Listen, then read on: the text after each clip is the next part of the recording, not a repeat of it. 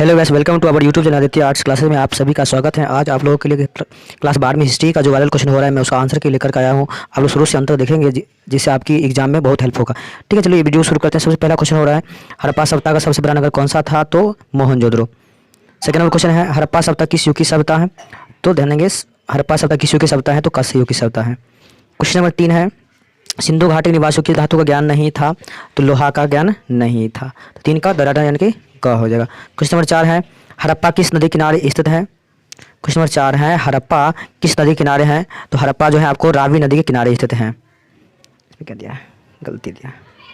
Question number 5 है, धम्म महामात्रों को किसने नियुक्त किया था? धम्म महामात्रों को किसने नियुक्त किया था? तो अशोक ने। क्वेश्चन नंबर 6 है, गुप्त काल में कौन चीनी यात्री भारत आया था? तो 6 का आपका यानी कि हो जाएगा हैंसोंग, नहीं है यानी कि फायान। क्वेश्चन नंबर 7 है, अशोक किस वंश का शासक था? तो मौर्य वंश का शासक था। 7 का ख हो जाएगा। क्वेश्चन नंबर 8 की ओर चलेंगे, महाभारत की रचना किस भाषा में किया गया? तो महाभारत की रचना जो है आपको संस्कृत भाषा में किया गया था। क्वेश्चन नंबर 9 है, मनुस्मृति के लेखक कौन है? तो मनुस्मृति के लेखक जो है मनु है, मनु यानी कि मनुस्मृति के मनु। क्वेश्चन नंबर 10 है, दुर्योधन की माँ कौन थी? तो दुर्योधन की माँ जो है गांधारी थी, पांडवों की माँ कुंती थी। ठीक है, परंतु दुर्योधन की माँ पूछा है तो क्या हो जाएगा? गांधारी। क्वेश्चन नंबर 11 है, त्रिपिटक साहित्य का संबंध है? त्रिपिटक साहित्य का संबंध है किस धर्म से? तो बौद्ध धर्म से। क्वेश्चन नंबर 12 है, श्वेतांबर एवं दिगंबर का संबंध किस धर्म से है? तो 12 का दौरान क्या हो जाएगा आपका? जैन धर्म से। क्वेश्चन नंबर 13 है, अबुल फजल कृत आइन अकबरी में किसके शासन का वर्णन है? तो 13 का आपका राइट यानी कि बी हो जाएगा, अकबर का। क्वेश्चन नंबर 14 है, तंबाकू पर किस शासक ने प्रतिबंध लगाया था? तो जहांगीर ने। तो 14 का हो जाएगा यानी कि सी। क्वेश्चन नंबर 15 है, अकबरनामा की रचना किसने किया था? तो अकबरनामा रचना अबुल फजल ने किया था। क्वेश्चन नंबर 16 है, अकबर का संरक्षण कौन था? यानी अकबर का संरक्षक कौन था? तो बैरम खां था। तो 16 का क्या हो जाएगा? ए हो जाएगा। क्वेश्चन नंबर 17 है, भारत का अंतिम मुगल सम्राट कौन था? तो बहादुर शाह जफर था, बहादुर शाह जफर। क्वेश्चन नंबर 18 है, भारत में मुगल वंश का संस्थापक किसे कहा जाता है? तो भारत में मुगल वंश का संस्थापक बाबर को कहा जाता है। क्वेश्चन नंबर 19 है, रूस में भारतीय विद्या का जनक किसे कहा जाता है? तो ध्यान देंगे 19 का आपका राइट आंसर हो जाएगा यानी कि सी, GS लिबरे, जिसको हम BF लिबरे भी कहते हैं। क्वेश्चन नंबर 20 है, हम्पी नगर किस साम्राज्य से संबंधित है? तो विजयनगर साम्राज्य से। हम्पी जो है विजयनगर साम्राज्य से संबंधित है। क्वेश्चन नंबर 21 है, विजयनगर का महानतम शासक कौन था? तो कृष्णदेव राय था।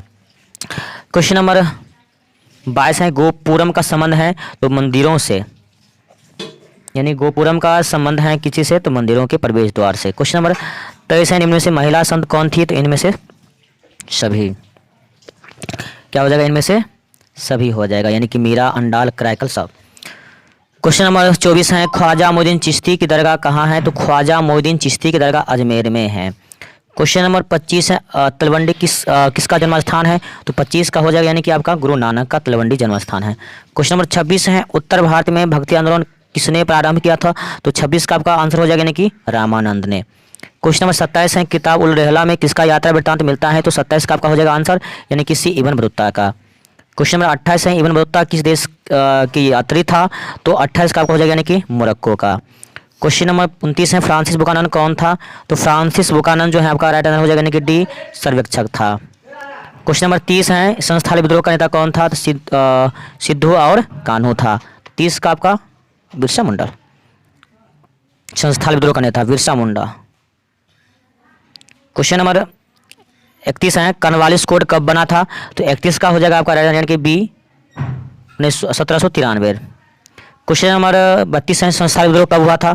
तो 32 का आपका राइट हो जाएगा यानी कि संस्थाली विद्रोह 1885 में हुआ था। क्वेश्चन नंबर 33 है, अस्थायी बंदोबस्त किसने लागू किया था? अस्थायी बंदोबस्त किसने लागू किया था? तो 33 का आपका हो जाएगा यानी कि सी, कॉर्नवालिस ने, लॉर्ड कॉर्नवालिस। क्वेश्चन नंबर 34 है, इंग्लिश ईस्ट इंडिया कंपनी का स्थापना कब हुआ था? तो 1600 में हुआ था। क्वेश्चन नंबर 35 है, रानी लक्ष्मीबाई और किस नाम से जाना जाता है? तो तीनों नाम से, यानी कि छबीली, मनु, मनिका, यानी कि तीनों नाम से, इसलिए 35 का हो जाएगा डी। क्वेश्चन नंबर 36 है, 1857 के गद्दार को किसने क्रांति कहा? तो 36 का आपका राइट आंसर हो जाएगा ये ए, यानी कि कार्ल मार्क्स कहा था। ये क्वेश्चन में डॉट था, है ना, इस डॉट है। 1857 के विद्रोह के समय भारत का गवर्नर जनरल कौन था? 1857 के विद्रोह के समय भारत का गवर्नर जनरल कौन था? तो 37 का आपका सी हो जाएगा, यानी कि लॉर्ड कैनिंग। क्वेश्चन नंबर 38 है, भारत में रेलवे की शुरुआत कब हुआ था? तो 1853 में हुआ था। क्वेश्चन नंबर 39 है, गेटवे ऑफ इंडिया कहाँ है? तो गेटवे ऑफ इंडिया बॉम्बे में है और इंडिया गेट दिल्ली में है। क्वेश्चन नंबर 40 है, चौरी चौरा कांड कब हुआ था? तो चौरी चौरा कांड जो है आपको 4 फरवरी 1922 को हुआ था, ये हो जाएगा। क्वेश्चन 41 है, करो या मरो का नारा किसने दिया था? करो या मरो का नारा किसने दिया था? तो महात्मा गांधी जी ने दिया था। क्वेश्चन 42 है, शर की उपाधि किसने वापस की थी? तो रविन्द्रनाथ टैगोर ने वापस किया था। क्वेश्चन नंबर 43 है, महात्मा गांधी के राजनीतिक गुरु कौन थे? तो गोपाल कृष्ण गोखले। क्वेश्चन नंबर 44 है, काला कानून किसे कहा गया है? तो रॉलेट एक्ट को कहा गया है।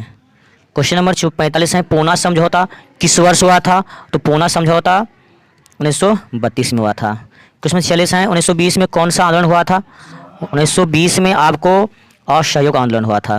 क्वेश्चन नंबर 47 है, कांग्रेस की स्थापना कब हुआ था? तो 1885 में कांग्रेस की स्थापना हुआ था। क्वेश्चन नंबर 48 है, स्वतंत्र भारत के प्रथम गवर्नर जनरल यानी स्वतंत्र भारत के प्रथम भारतीय गवर्नर जनरल कौन है? तो सी राजगोपालाचारी हैं। क्वेश्चन नंबर 49 है, भारतीय संविधान कब लागू किया गया था? तो भारतीय संविधान 26 जनवरी 1950 को लागू किया गया था। क्वेश्चन 50 है, इनमें से कौन कैबिनेट मिशन के सदस्य नहीं थे? तो 50 का हो जाएगा, यानी कि लॉर्ड माउंटबेटन कैबिनेट मिशन के सदस्य नहीं थे। Thank you for your watching.